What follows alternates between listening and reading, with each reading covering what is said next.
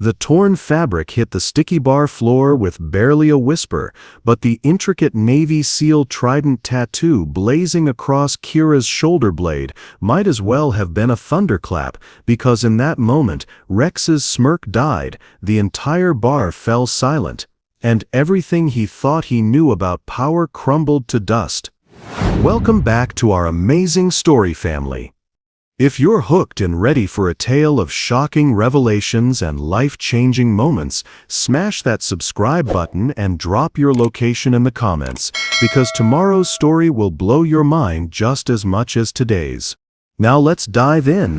The rumble of Rex Morrison's Harley could be heard 3 blocks before he pulled into Murphy's bar, and that was exactly how he liked it.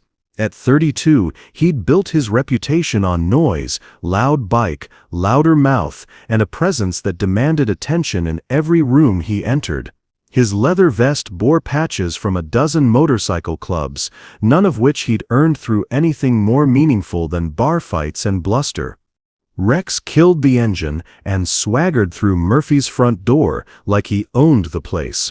The dive bar reeked of stale beer and regret, exactly his kind of atmosphere. He scanned the room with predatory eyes, looking for tonight's entertainment. His gaze swept past the usual suspects. Construction workers drowning their sorrows, a few college kids trying to look tough, and some old-timers who'd seen better decades. Then he spotted her. She sat alone in the corner booth, small frame, nearly swallowed by an oversized army green jacket. Her dark skin seemed to absorb the dim bar lighting, making her almost invisible except for the gentle way her fingers traced the rim of her untouched beer glass. She was actually reading a paperback book in a bar, which Rex found both amusing and irritating. "Who brings homework to a bar?" Rex muttered to himself, already forming tonight's plan. What do you think drives someone to target a stranger just trying to mind their own business? Share your thoughts in the comments below. 3 miles across town, Kira Washington had been staring at the same page for 20 minutes. The words blurred together whenever the bar's laughter got too loud, too reminiscent of the mess hall camaraderie she'd left behind in Afghanistan. 6 months since her discharge, and civilian life still felt like wearing clothes that didn't fit. She'd chosen Murphy's specifically because it was the kind of place where a black woman in military surplus could disappear. No one asked questions, no one thanked her for her service, and no one knew that the quiet girl in the corner had spent 3 tours defusing IEDs and leading reconnaissance missions that had saved countless lives. The therapist had suggested gradual social reintegration, which sounded clinical and safe. What she hadn't mentioned was how exhausting it would be to constantly translate between 2 worlds, the one where Kira's voice had commanded respect from Marines twice her size, and this one where she felt invisible and fragile. Her phone buzzed. Another text from her sister asking if she was getting out there and meeting people. Kira silenced it without reading the rest. Getting out there was exactly what had led to 3 tours, a Purple Heart, and the kind of nightmares that made sleep feel like enemy territory. She was so focused on not remembering that she almost missed the approaching footsteps. Heavy boots, deliberately loud, heading straight for her table. Every instinct honed by years of military training suddenly snapped to attention, but she kept her eyes on her book and hoped whoever it was would pass by. The footsteps stopped. Well, what do we have here? Kira's blood chilled. She'd heard that tone before, the lazy confidence of someone who'd mistaken her silence for weakness. Slowly, she raised her eyes to find a tall man with graying stubble and predatory blue eyes looming over her table. His leather vest was decorated with enough patches to outfit a small army, though she doubted he'd earned any of them the hard way. "Reading's not exactly a social activity, sweetheart," Rex said, sliding uninvited into the booth across from her. "How about you put that book down and have a conversation with a real man?" The bar seemed to collectively hold its breath. Murphy's regulars knew Rex's reputation, and they also recognized the setup. Some looked away. Others leaned in, anticipating the show. Kira closed her book carefully, her movements precise and controlled. "I'm fine where I am, thank you." Her voice was quiet but firm, carrying just enough military bearing to give Rex pause. For a moment, something flickered across his face, uncertainty, maybe even respect. But then his audience shifted in their seats, waiting for his next move, and his ego kicked back into gear. "Come on, don't be like that." Rex reached across and snatched the book from her hands. Sun Tzu's Art of War. Seriously, what kind of girl reads military strategy for fun? The question hung in the air like smoke. Kira's expression didn't change, but her hands slowly moved to rest flat on the table. Anyone with military experience would have recognized the controlled stillness of someone calculating distances and exit strategies. Rex, however, was too busy playing to his audience to notice. "The Art of War," Rex repeated louder, making sure the entire bar could hear. He flipped through the pages mockingly. "Let me guess, you're one of those feminist types who thinks reading about ancient Chinese generals makes you tough."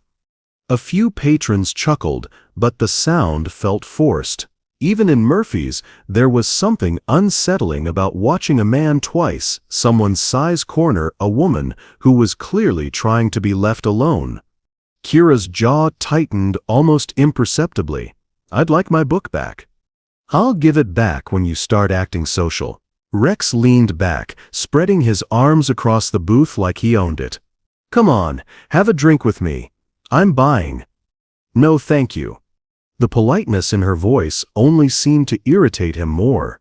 Rex had built his reputation on getting reactions, fear, anger, submission, anything but this calm, quiet resistance that made him feel suddenly small in front of his audience. "You know what your problem is?" Rex stood up, still holding her book. "You think you're better than everyone in here? Sitting in your corner, acting all mysterious and superior." Kira remained seated, but every muscle in her body coiled like a spring. "I just want to read in peace." "Peace?" Rex laughed, a harsh sound that cut through the bar's ambient noise. "Honey, you're in the wrong place for peace. This is the real world, where people actually talk to each other instead of hiding behind books about dead Chinese guys." The bartender, Murphy himself, started moving toward their table, but Rex waved him off with a look that promised trouble if he interfered. This was between him and the uppity girl who thought she could ignore Rex Morrison. "Tell you what," Rex said, his voice dropping to a dangerous whisper that somehow carried to every corner of the bar. "Since you won't put the book down voluntarily," what happened next unfolded in slow motion, each second stretched taut like a rubber band about to snap. Rex grabbed the collar of Kira's oversized jacket and yanked hard, intending to pull her to her feet and force some kind of reaction.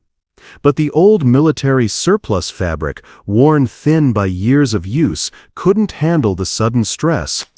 The sound of tearing cloth was surprisingly loud in the hushed bar, a sharp, violent rip that seemed to slice through more than just fabric.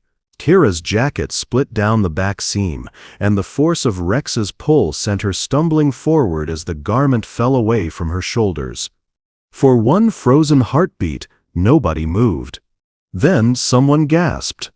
Kira stood in the middle of Murphy's bar, wearing nothing but a black tank top, and blazing across her left shoulder blade in pristine black ink was a tattoo that made every person in the room stop breathing.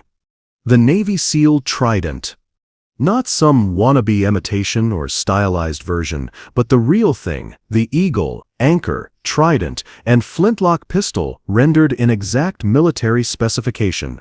Below it, in smaller script, were numbers and letters that meant nothing to most people, but everything to those who knew. 175th Special Operations Aviation Regiment. 3 deployment ribbons. A Purple Heart. Rex's hands went slack, and Kira's book hit the floor with a soft thud that sounded like thunder in the absolute silence. The trident tattoo wasn't just ink, It was a declaration, a credential, a testament to battles fought in places most people couldn't find on a map. It spoke of skills that could end a life in 6 different ways before the target knew they were in danger. It told stories of courage under fire, of missions that would never be declassified, of a young woman who had walked into hell repeatedly and brought her brothers home. Rex stumbled backward, his face cycling through confusion, disbelief, and something that looked suspiciously like fear. Kira turned slowly to face him, and for the first time since he'd approached her table, she looked directly into his eyes. The transformation was startling. Gone was the quiet, withdrawn woman who had been trying to disappear into her corner booth. In her place stood someone else entirely, someone whose posture spoke of command authority, whose gaze could dissect a person's weaknesses in seconds, whose stillness suggested coiled violence held in perfect check. "You wanted to see what I was hiding," Kira said, her voice carrying a new quality that made several patrons shift uncomfortably in their seats. "Are you satisfied?" The question hung in the air like a challenge. Rex opened his mouth, but no sound came out. He had expected tears, pleading, maybe even a slap across the face. He hadn't expected this calm, measuring stare from someone who had clearly seen and done things that would give him nightmares. Murphy broke the silence first. "Jesus Christ," he whispered, and it sounded more like a prayer than profanity. "Have you ever completely misjudged someone based on first impressions? How do you think Rex should handle this moment? Let us know what you think in the comments." The spell broke slowly, like ice cracking on a frozen pond. Conversations resumed in hushed whispers. Phones appeared as people tried to process what they'd just witnessed. Someone near the bar muttered, "Holy shit, she's a SEAL," and the words rippled through the room like wildfire. But Rex couldn't look away from Kira's eyes. In them, he saw something that terrified him more than any bar fight or road rage incident ever had. He saw himself reflected back, small and petty and cruel, everything he'd become to hide from everything he wasn't. For the first time in years, Rex Morrison had no idea what to say. The silence stretched for what felt like hours, but was probably only seconds. Rex's mind raced, scrambling for some way to salvage his reputation, to explain away what had just happened, to make it anything other than what it obviously was. "Tattoos don't mean anything," he said finally, his voice louder than necessary. "Anyone can get ink done. Hell, half the wannabes in this town have military tattoos they never earned." A few nervous chuckles rippled through the crowd, but they sounded hollow. Everyone had seen the precision of that trident, the authentic military font of the text beneath it, the way Kira had transformed from invisible to formidable in the space of a heartbeat. Kira bent down slowly and picked up her torn jacket, pulling it around her shoulders to cover the tattoo. But the damage was done, everyone had seen it, and more importantly, everyone had seen Rex's reaction to it. "You're right," Kira said quietly, her voice back to that calm, controlled tone that had started this whole confrontation. "Tattoos don't mean anything." But her agreement somehow made Rex feel worse, not better. There was something in the way she said it, a dismissal that cut deeper than any angry response would have. She was letting him save face, and they both knew it, and somehow that made him feel smaller than ever. "Damn right, they don't," Rex said, but his bravado felt forced even to his own ears. He turned to address the room, desperate to regain control of the narrative. "Show's over, people. Just some girl with expensive ink, trying to look tough." Murphy wiped down a glass that was already clean, his weathered face carefully neutral. "Rex, maybe you should." "Maybe I should what?" Rex spun toward the bartender, grateful to have a target for his rising panic. "Maybe I should apologize for calling out someone who's playing dress-up soldier." The words felt wrong leaving his mouth, but he couldn't stop himself. His entire identity was built on being the biggest, loudest, most intimidating presence in any room. If he backed down now, if he admitted that this quiet woman had just made him feel like a schoolyard bully picking on someone who could break him in half. "I've seen real soldiers," Rex continued, his voice gaining momentum as he built his defense. "My old man was Army, real Army, not whatever participation trophy bullshit they're handing out these days." Kira didn't respond. She simply stood there, jacket pulled tight around her shoulders, watching him self-destruct with the patience of someone who had seen men break under pressure before. Her silence only made Rex angrier. "You want to know what I think?" Rex pointed an accusing finger at her. "I think you're one of those stolen valor cases. Get some fake ink, learn a few military terms, play the wounded warrior card for sympathy." A collective intake of breath swept through the bar. Even in Murphy's, where insults flew as freely as whiskey, accusing someone of stolen valor was crossing a line that decent people didn't cross. Kira's expression didn't change, but something shifted in her posture, a subtle straightening that made her seem taller despite her small frame. "That's a serious accusation," she said, her words precise and measured. "Are you sure you want to make it?" The question should have been a warning, but Rex was too deep in his spiral of wounded pride to recognize it. He'd committed now in front of everyone, and backing down would mean admitting he'd been wrong about everything.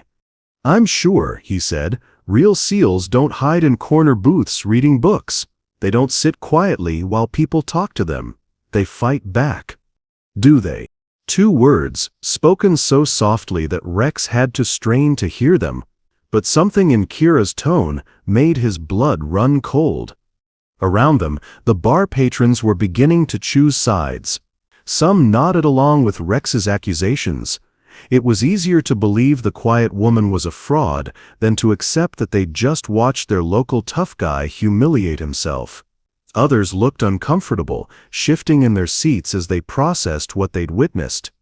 Murphy set down his glass with deliberate care. "Rex, I think you've said enough." "Have I?" Rex's voice cracked slightly. "Because I'm just getting started. You people are so desperate to believe in heroes that you'll fall for any sob story with the right props." Kira reached into her jacket pocket and pulled out a worn leather wallet. Without saying a word, she extracted something and placed it on the table between them. It was a military ID card. Rex stared at it like it might bite him. Even from his position, he could see the official seals, the authentication marks, the photograph of a younger Kira in dress blues. Below her picture, clear as daylight. "Washington Kira, MN Petty Officer First Class, Naval Special Warfare Command."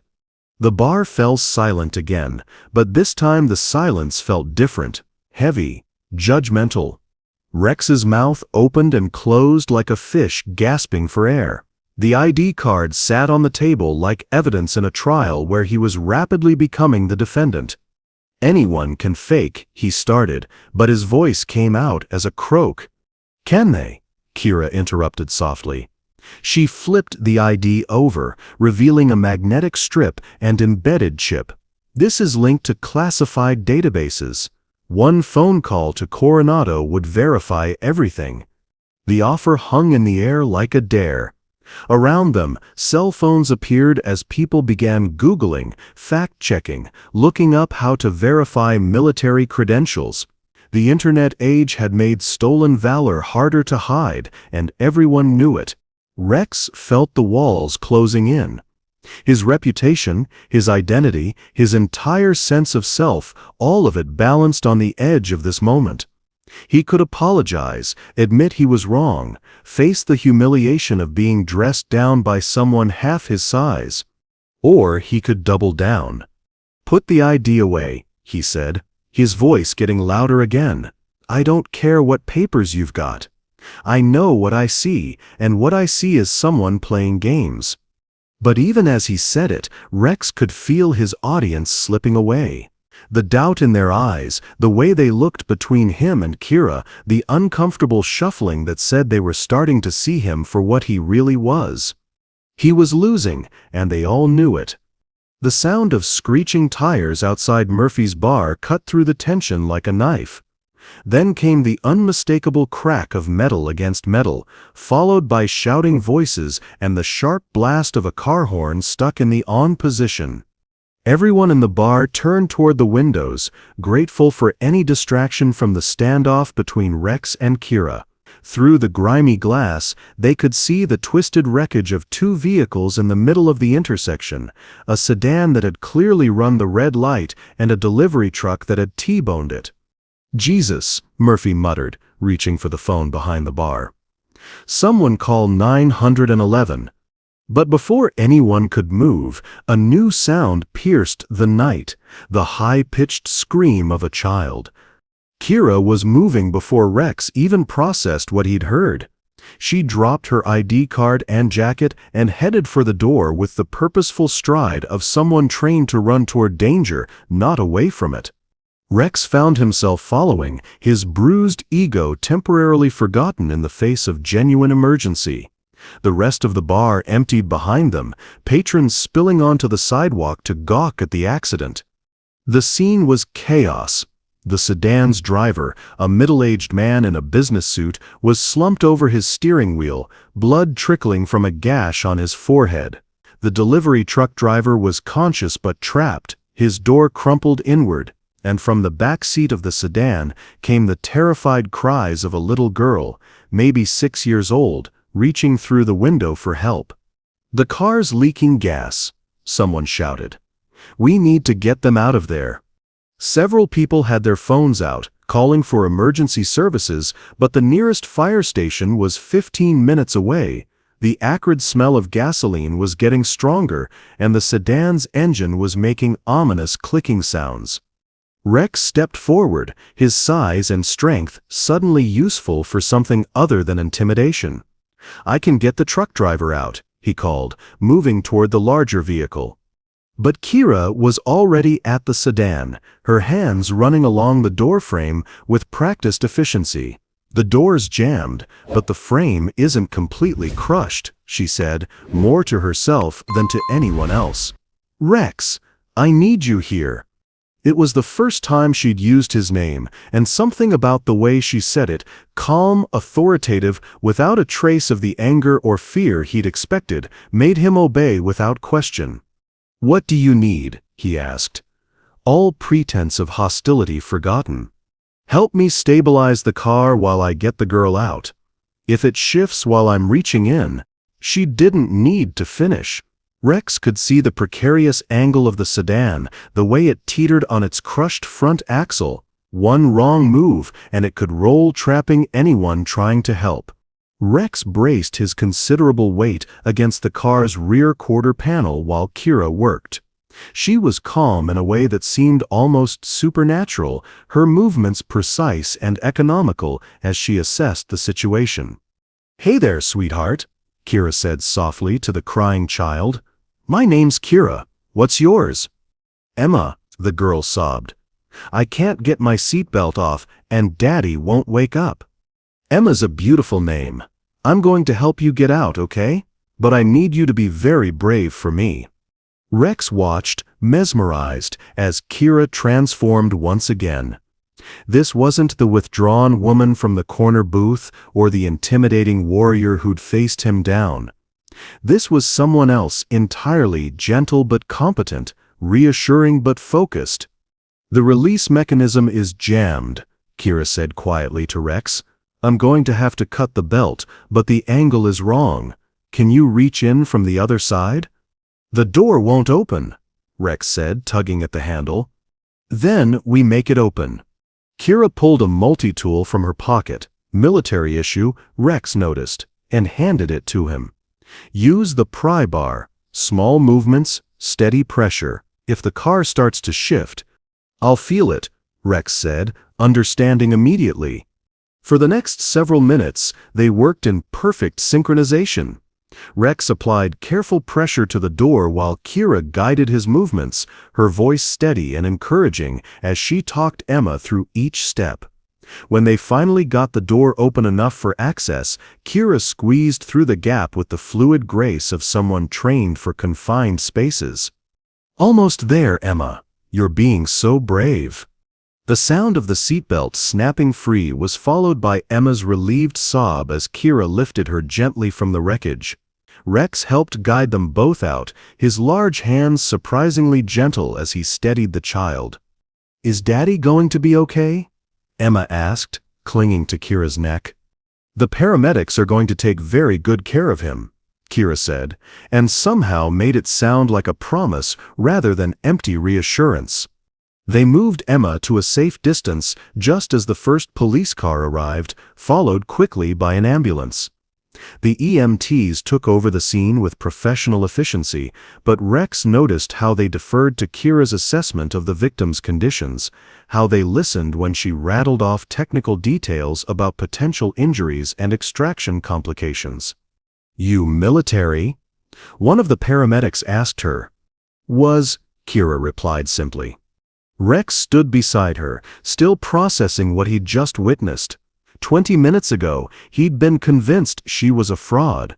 Now he'd watched her take charge of a life-or-death situation with the kind of competence that couldn't be faked. Emma's father was conscious by the time they loaded him into the ambulance, and Emma refused to let go of Kira's hand until the last possible moment. "Will I see you again?" the little girl asked. "I hope so," Kira said, and Rex could hear that she meant it. As the ambulance pulled away, the crowd began to disperse. The police would need statements, but for now, Rex and Kira found themselves standing alone on the sidewalk, the adrenaline of the emergency beginning to fade.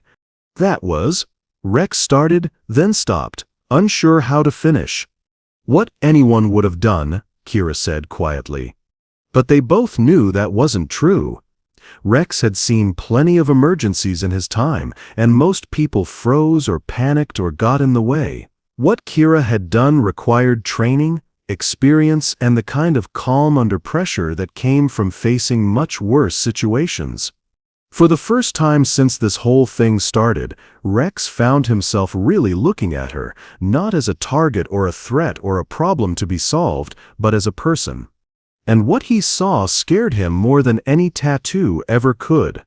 The police officer taking their statements was young, probably fresh out of the academy, and clearly intimidated by the gravity of the accident scene. Rex had given his version, brief and factual, while Kira provided the kind of detailed tactical assessment that made the officer's pen race across his notepad.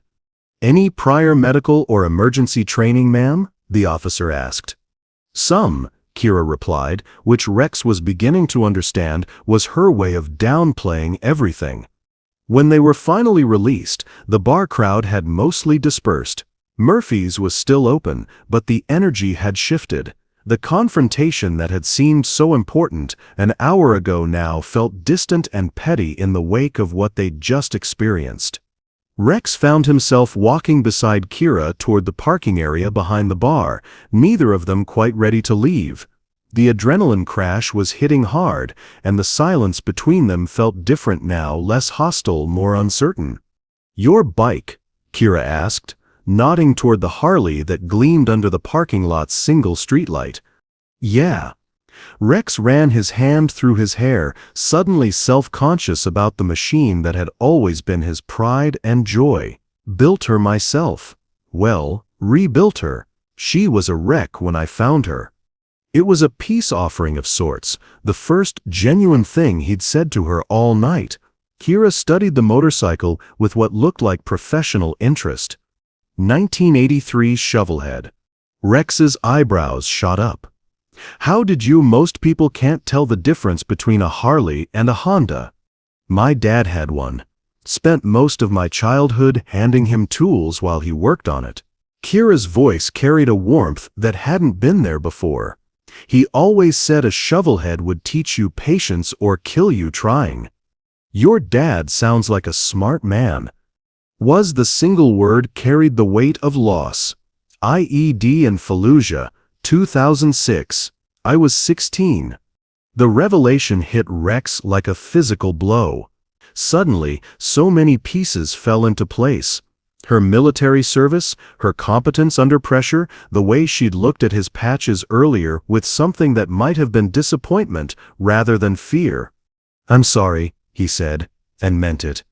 "That's... Christ, I had no idea." Kira shrugged, but Rex could see the tension in her shoulders. "It's why I enlisted. Figured if I was going to follow in his footsteps, I might as well do it right." "SEAL training. Because of your father?" "SEAL training because someone told me I was too small, too young, and too female to make it through." A ghost of a smile crossed her face. "Turns out spite is excellent motivation." Rex found himself almost smiling back, but the weight of his earlier behavior was settling on him like lead. Here was someone who had genuinely earned everything he'd only pretended to be, and he'd spent the evening tearing her down because of his own insecurities. "Rex," Kira's voice was quiet but steady, "what you said in there about your father being Army—" "Yeah, he was." Rex's jaw tightened. 20-year career man. Bronze Star, Purple Heart, the whole 9 yards. Real hero, not like... He gestured vaguely at himself. "Not like what?" The question hung between them.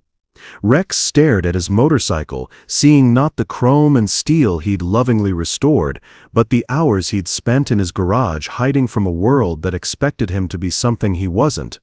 Not like his son, who was supposed to carry on the family tradition, and instead got kicked out of basic training for fighting with a drill sergeant. The words came out in a rush, like poison being drawn from a wound. 3 weeks in, and I couldn't handle some guy yelling at me without swinging back. Kira was quiet for a long moment. "What happened after?" "Got sent home in disgrace. Dad didn't speak to me for 2 years. When he finally did, it was to tell me I was a disappointment and that I'd never amount to anything." Rex's voice grew bitter. "He died thinking I was a failure. Heart attack when I was 25. Never got the chance to prove him wrong." "Is that what tonight was about? Proving him wrong?" The gentleness in her voice almost undid him. Rex had expected judgment, scorn, maybe even pity. He hadn't expected understanding. "I don't know what tonight was about," he admitted. "I saw you sitting there looking like you had it all figured out, and I wanted to knock you down to my level, I guess." "Your level? Come on." Rex gestured at the bar, the parking lot, the whole sad tableau of his life. "Look at me. 32 years old, no real job, no family, no future. I spend my nights picking fights with strangers because it's the only time I feel like I matter." Kira studied him with those dark eyes that seemed to see everything. "You mattered tonight. That little girl is alive because you were strong enough to hold that car steady. Anyone could have." "No," Kira interrupted firmly. "They couldn't. I've worked with a lot of people in crisis situations, Rex. Most freeze up, or panic, or get in the way. You listened, you followed instructions, and you put yourself at risk to help a stranger. That's not nothing." Rex felt something crack inside his chest, a wall he'd built around years of disappointment and self-loathing. "Why are you being nice to me? After everything I said, everything I accused you of?" "Because I know what it's like to carry someone else's expectations." Kira's voice was soft but clear. "My father wanted me to be a teacher. Said the military was no place for his little girl. When I enlisted anyway, he was proud but terrified. Every mission, every deployment, I carried the weight of proving I belonged while hoping I'd make it home to see him again." "But you did belong. You earned your place." "Did I?" Kira's laugh was hollow. 3 tours, Rex, 37 missions behind enemy lines.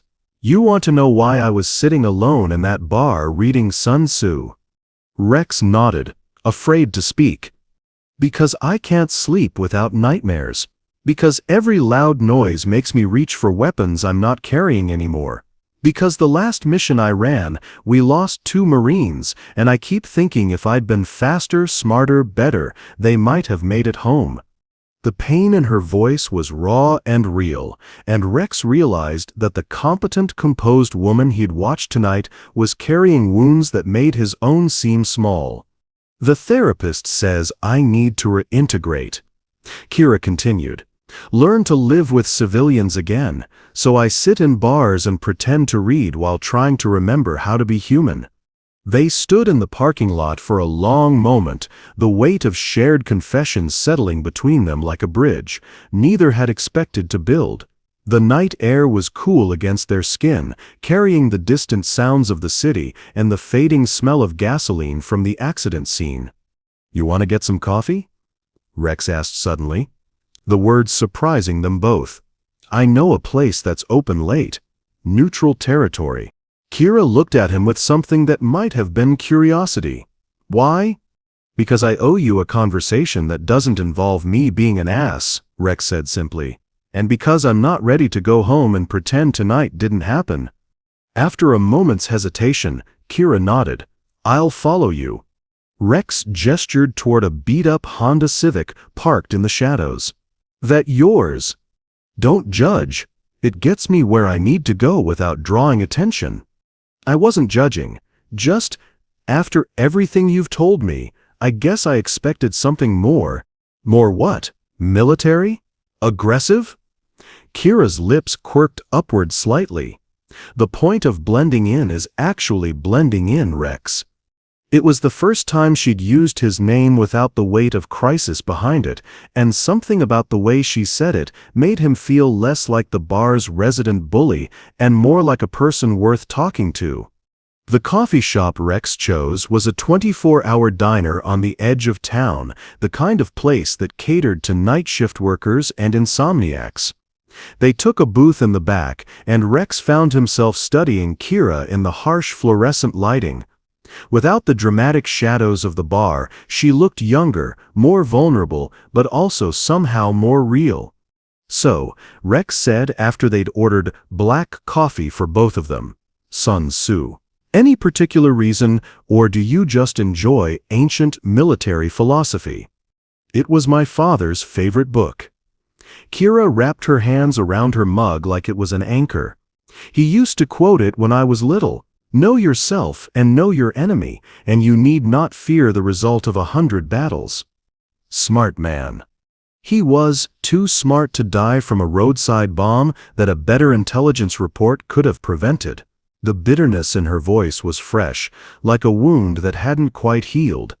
Rex was quiet for a moment, processing. "Is that why you became a SEAL? To prevent what happened to him?" "Partly. But mostly because I was angry and 18 and convinced I could fix everything if I just got strong enough, smart enough, fast enough." Kira took a sip of her coffee and made a face. "This is terrible."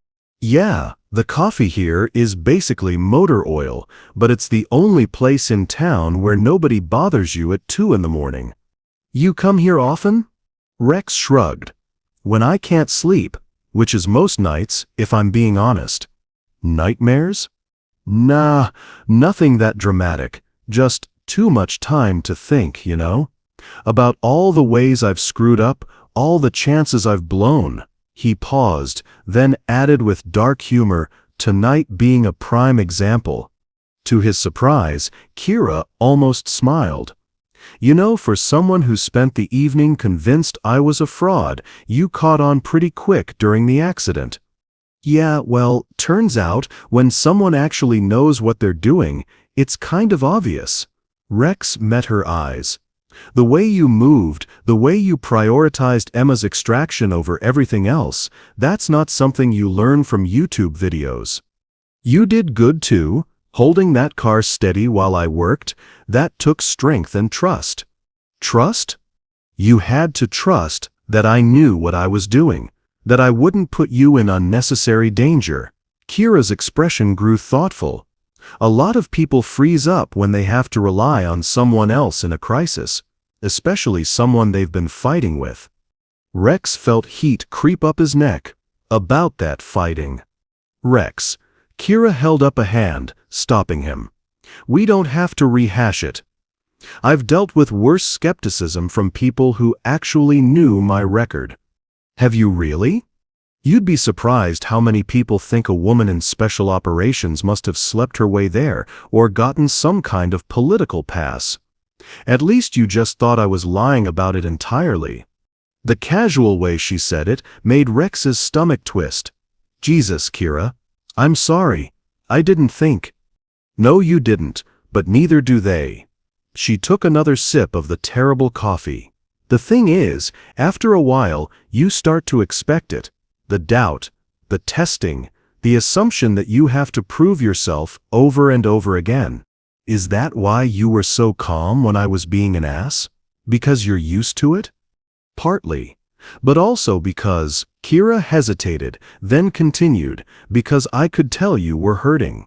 Angry people usually are. The observation hit Rex like a physical blow. You could tell.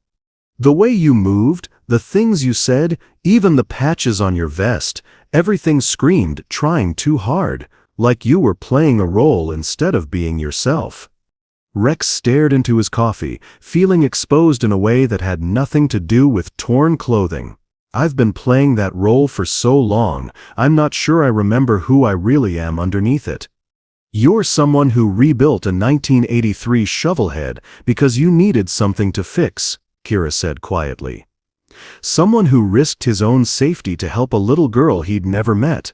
Someone who's sitting in a shitty diner at 2 in the morning, having an honest conversation instead of going home to lick his wounded pride. Have you ever had a moment when someone saw the real you beneath all your defenses? How did it change you? Share your thoughts below. Rex looked up, surprised by the warmth in her voice. How do you do that? Do what? See the good in people, even people who don't deserve it. Kira was quiet for a long moment, watching steam rise from her mug. My last mission, she said finally. We were extracting a high-value target from a compound in Afghanistan. Intel said he was a bomb maker responsible for dozens of American deaths. Rex waited, sensing this was important. Turns out the intel was wrong. He was a translator who'd been helping our forces, and someone had set him up. By the time we figured it out, it was too late. The real bomb maker had used our extraction as cover for his own escape, and 2 of my Marines died in the ambush that followed. Kira, the point is, I learned that jumping to conclusions gets people killed. Sometimes the person you think is your enemy is just someone who's scared or hurt or trying to survive in a situation they never asked for. She met his eyes. Sometimes they're just someone who needs a second chance. The weight of her words settled between them, and Rex felt something shift in his chest, a loosening of the knot of anger and disappointment he'd been carrying for years. So what now? He asked. Now we finish our terrible coffee and try to figure out how 2 broken people are supposed to help each other heal. For the first time in longer than he could remember, Rex smiled. A real smile, not the predatory grin he used to intimidate people, but something genuine and hopeful. I'd like that, he said. They were walking back to their vehicles when the rumble of motorcycle engines shattered the peaceful silence of the late-night parking lot. Rex's blood ran cold as he recognized the distinctive sound, 3 Harleys, riding hard and heading straight for them. Rex. Kira sensed the change in his demeanor immediately. What is it? Before he could answer, the bikes roared into the diner's parking lot, engines revving aggressively. 3 men in leather vests dismounted, and Rex's worst fears were confirmed when he saw the patches on their backs. Devil's Disciples MC, his former crew, and trouble he'd been avoiding for months. The leader was Tank Morrison, no relation despite the shared last name, a mountain of a man with arms like tree trunks and a reputation for violence that made Rex's bar fights look like playground scuffles. Flanking him were Razor and Psycho, 2 men whose nicknames weren't meant to be ironic. Well, well, Tank called out, his voice carrying the lazy menace of a predator who'd cornered his prey. Look what we got here. Rex Morrison slumming it with civilians. Rex stepped slightly in front of Kira, an instinctive protective gesture that didn't go unnoticed by any of the bikers. Tank, this doesn't concern you. Oh, but it does. Tank's grin was all teeth and malice. See, word around town is that you've been running your mouth about earning respect, about being some kind of tough guy. But here you are, playing knight in shining armor with some random chick. Kira's posture shifted almost imperceptibly, and Rex recognized the change. She was assessing threats, calculating angles, preparing for violence. The competent warrior from the accident scene was emerging, but this wasn't a rescue mission. This was personal and messy, and exactly the kind of situation where good people got hurt. "We don't want any trouble," Rex said, hating how the words sounded like surrender. "Too late for that," Razor chimed in, pulling out his phone. "Because we got some interesting video footage from Murphy's bar tonight. You getting schooled by a little girl, looking like a complete bitch in front of half the town." Rex's stomach dropped. Of course someone had filmed it. In the age of smartphones, public humiliation was just content waiting to be shared. "See, this is a problem," Tank continued, stepping closer. "Because you used to run with us. You used to rep our colors. And when one of ours looks weak, it makes all of us look weak." "I haven't been part of your crew for 2 years," Rex said, but his voice lacked conviction. "Once a disciple, always a disciple. That's what you swore when you got that ink." Tank gestured at Rex's arms, where faded tattoos from his biker days were still visible beneath newer work. "But maybe you forgot that when you started playing house with G.I. Jane here." The casual insult toward Kira made Rex's hands clench into fists, but Tank noticed and laughed. "Oh, that's rich. You gonna defend her honor now? After spending the evening accusing her of stolen valor?" Tank pulled out his phone and started playing a video that someone had obviously shot in Murphy's. Rex's voice, loud and cruel, filled the parking lot.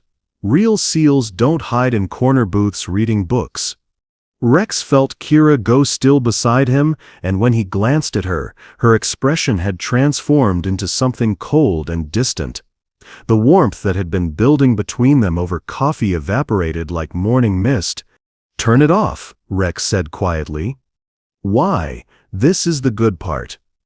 Tank turned the volume up, and Rex's recorded voice got louder. "I think you're one of those stolen valor cases." "I said turn it off." Rex lunged for the phone, but Psycho intercepted him, shoving him backward. "Easy there, hero," Psycho sneered. "Let the lady hear what you really think of her." The video continued playing, capturing every cruel word Rex had spoken, every accusation he'd made. But worse than his voice was Kira's reaction. He could see her shutting down, walls slamming back into place as she remembered exactly who he'd been before their crisis-forged connection. "Funny thing about phones," Tank said conversationally.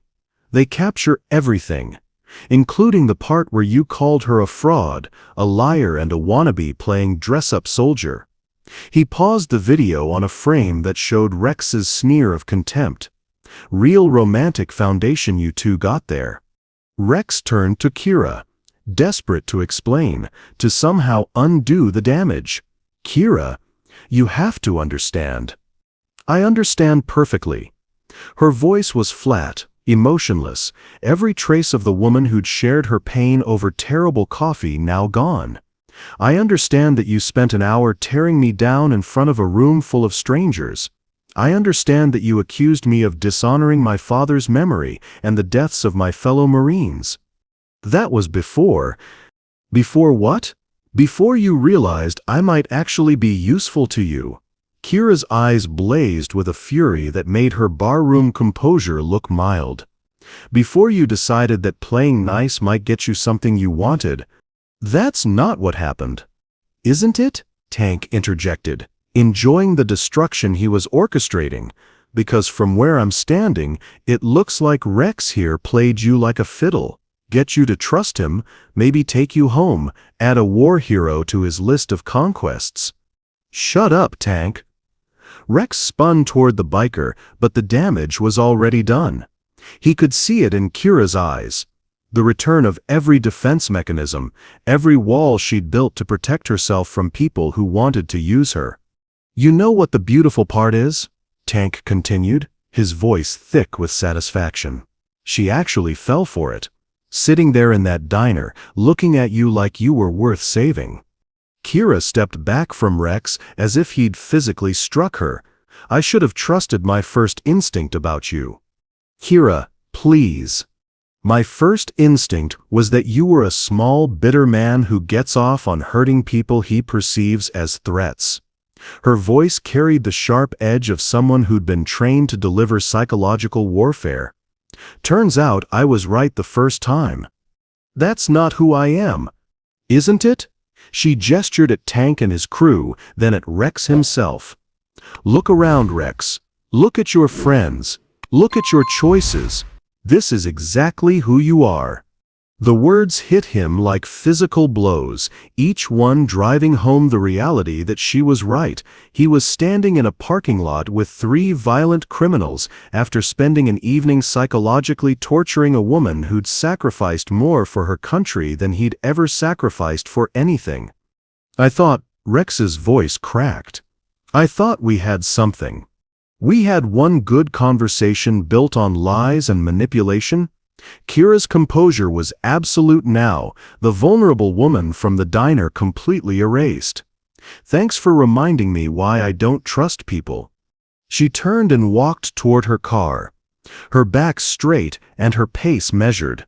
Every step was a rejection, every second of controlled retreat, a declaration that Rex Morrison was exactly what she'd thought he was in the first place. Kira, wait! But she didn't wait. She got in her car, started the engine, and drove away without looking back, leaving Rex standing in the parking lot with 3 men who'd just destroyed the best thing that had happened to him in years. Tank clapped him on the shoulder with mock sympathy. Don't worry, brother. There's plenty more fish in the sea. Just remember, next time you want to play hero, make sure you can actually pull it off. As the bikers mounted their rides and roared off into the night, Rex stood alone in the empty parking lot, staring at the spot where Kira's taillights had disappeared.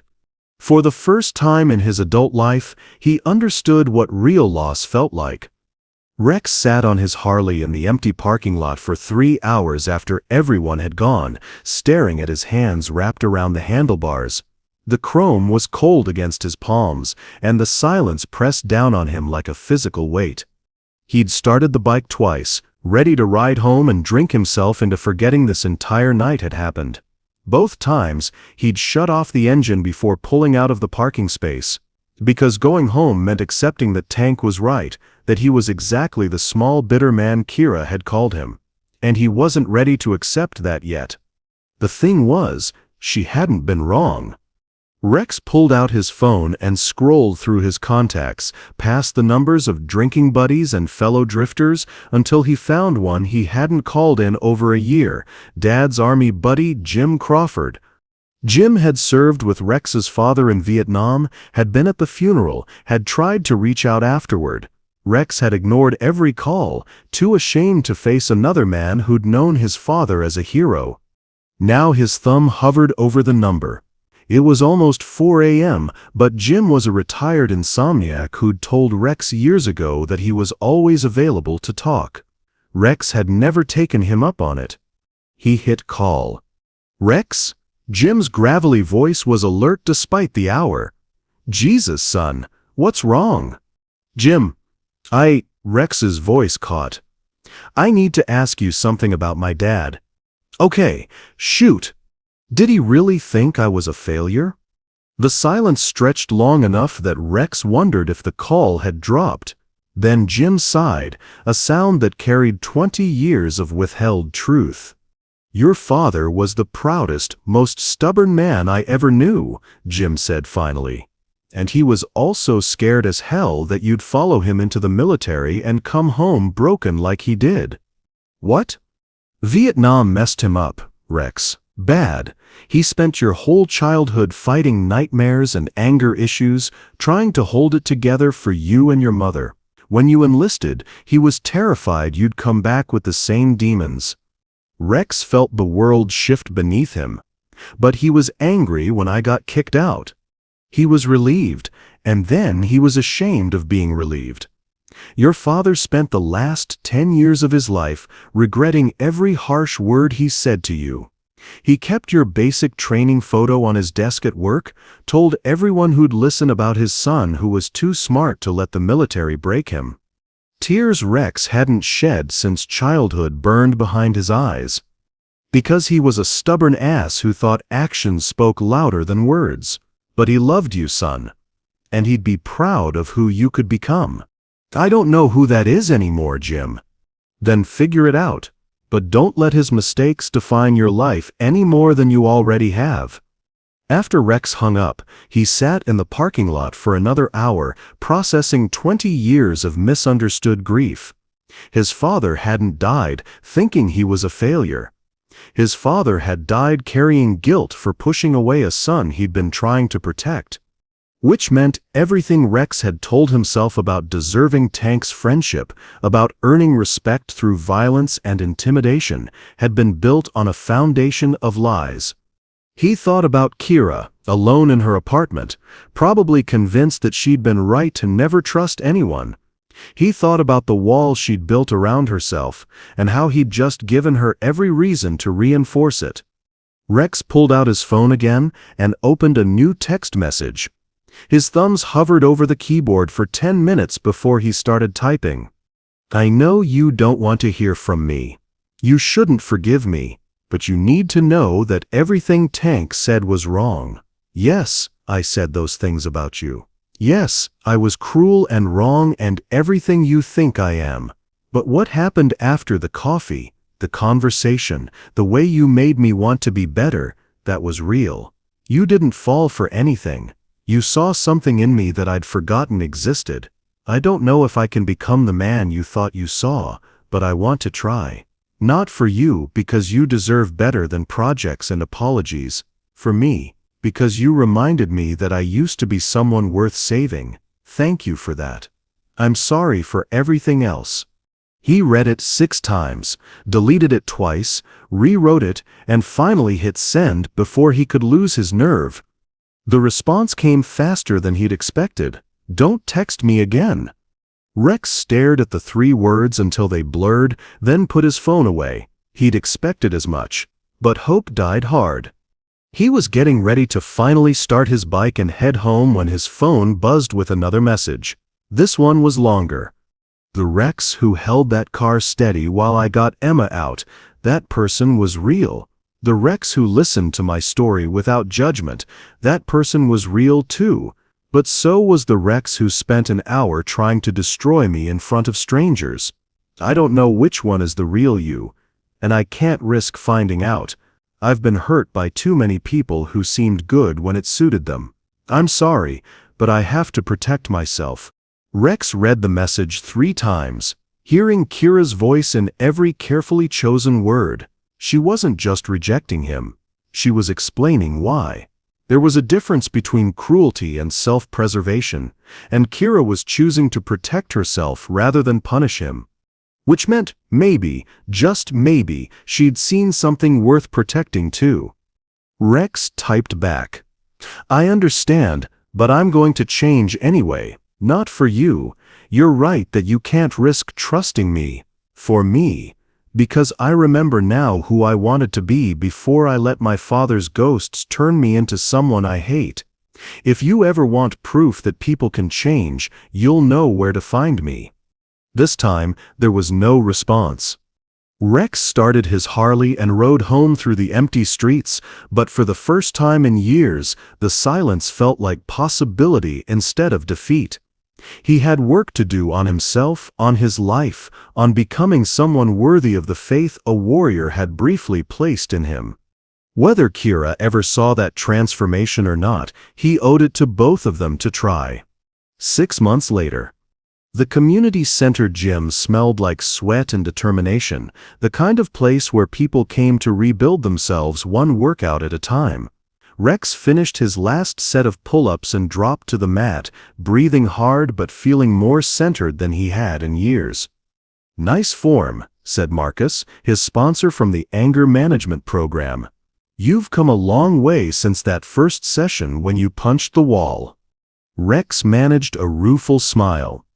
"Yeah, well, turns out there are better ways to deal with frustration than destroying property." It had been 6 months of work, therapy, anger management, community service, and a complete overhaul of his life. He'd cut ties with Tank and the Disciples, sold his Harley to pay for counseling, and taken a job at a local garage where his mechanical skills actually mattered. The owner, a Vietnam vet who understood something about second chances, had become an unlikely mentor. Rex had also started volunteering with the local children's emergency response team, training civilians in basic first aid and crisis management.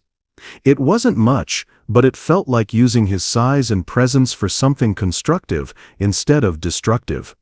He was toweling off when Marcus nudged him.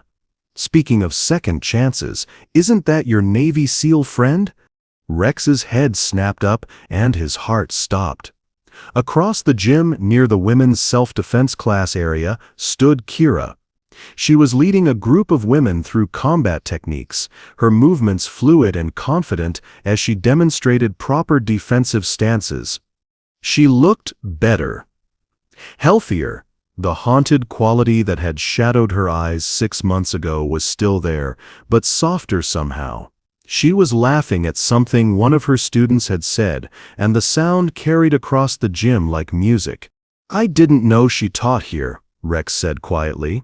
"Started about 3 months ago, popular instructor, waiting list a mile long." Marcus studied Rex's expression. "You want to talk to her?" "She made it pretty clear she doesn't want to hear from me." "That was 6 months ago. People change, Rex. You're living proof of that." Rex watched Kira guide a young woman through a defensive maneuver, her patience and encouragement evident in every gesture. She'd found her way back to helping people, just like she had during the accident. The thought made him proud and sad at the same time. "She looks happy," he said. "She does. But happy doesn't mean whole. Maybe she could use a reminder that good people exist." Before Rex could respond, chaos erupted across the gym. A man in dirty clothes had somehow gotten inside and was shouting incoherently, waving what looked like a broken bottle. The women's self-defense class scattered, but Kira moved toward the disturbance with that same purposeful stride Rex remembered. "Stay back," the man yelled, clearly under the influence of something that had severed his connection to reality. "I know what you're all thinking. I know what you're planning." Rex was moving before he consciously decided to, but he forced himself to approach slowly, hands visible and empty. The last thing this situation needed was aggressive posturing. "Hey there," Rex said calmly, positioning himself where he could intervene if necessary, but not close enough to appear threatening. "Looks like you're having a rough day." The man's wild eyes focused on Rex. "You're one of them, one of the ones who's been watching me." "I'm just Rex. I work on cars. Pretty boring, actually." Rex kept his voice steady and non-confrontational, techniques he'd learned in therapy applied to real-world crisis. "What's your name?" "Danny," the man said, then immediately looked suspicious, as if he'd revealed too much. "Nice to meet you, Danny. This is a safe place, just people trying to stay healthy and learn new things. Nobody here wants to hurt you." Out of the corner of his eye, Rex could see Kira moving carefully to flank the situation, but she was letting him take the lead. The trust implicit in that choice hit him harder than any words could have. "You're lying," Danny said, but with less conviction. "Everyone lies." "Yeah, they do sometimes," Rex agreed. "I've lied plenty, but right now I'm telling you the truth. We just want to make sure you're okay." It took 20 minutes of patient conversation, but eventually Danny let Rex guide him to sit down while they waited for the crisis intervention team. The bottle turned out to be empty, and Danny was more lost than dangerous, a homeless veteran struggling with untreated mental illness and addiction. When the professionals arrived and took Danny to get help, Rex found himself alone with Kira for the first time since that disastrous night in the parking lot. "That was well done," she said quietly. "De-escalation instead of dominance. Not many people would have had the patience." "I had a good teacher once," Rex said. "Someone who showed me there were better ways to handle difficult situations." Kira's eyes met his, and he saw recognition there, not just of who he was, but of who he'd become. "I heard you've been making changes," she said. "Therapy, volunteering, cutting ties with old associations. Word travels fast in a small town." It does. Especially when someone does something unexpected, like using his reputation to get other guys into anger management programs. Rex felt heat creep up his neck. He hadn't realized anyone had noticed his efforts to reach out to some of Tank's former associates, offering them alternatives to the cycle of violence and bravado. "Some of them were just lost," he said. "Like I was." Kira studied him for a long moment, and Rex forced himself to stand still under her scrutiny. If she decided he was still the same person who'd humiliated her 6 months ago, he'd accept that judgment. "I owe you an apology," she said finally. "No, you don't. Everything you said that night was true." "Some of it was. But I also said you were someone who gets off on hurting people. That wasn't fair. You were someone who was hurting people because you were in pain. There's a difference." Rex felt something tight in his chest begin to loosen. "I'm not the same person who tore your jacket." "I can see that." Kira's voice carried a warmth he'd thought he'd lost forever. "The question is, who are you now?" Rex thought about everything he'd learned, everyone he'd helped, all the ways he'd tried to rebuild himself from the ground up. "I'm someone who's still figuring it out," he said honestly. "But I'm someone who wants to be worthy of the faith you showed me that night, even if you never trust me with it again." Kira was quiet for a moment, then asked, "Would you like to get some coffee? I know a place with better coffee than that diner." Rex's heart hammered against his ribs, but he kept his voice steady. "I'd like that, but only if you're sure." "I'm sure." Kira's smile was tentative but real. "Besides, I want to hear about this anger management program. I've been thinking about starting a support group for veterans, and it sounds like you might have some insights." As they walked toward the exit together, Rex caught sight of their reflection in the gym's mirrors, two people who'd been broken by life but had found the courage to heal. Not perfect, not unmarked by their experiences, but whole in the ways that mattered. "For what it's worth," Rex said as they reached the door, "you were right about me that first night. I was all the things you said I was. But you were also right about something else." "What's that?" "That people deserve second chances. Thank you for giving me mine." Kira's response was soft but clear. "Thank you for earning it." Sometimes, the people who challenge us the most are the ones who help us grow the most. Have you ever had someone see your potential, even when you couldn't see it yourself?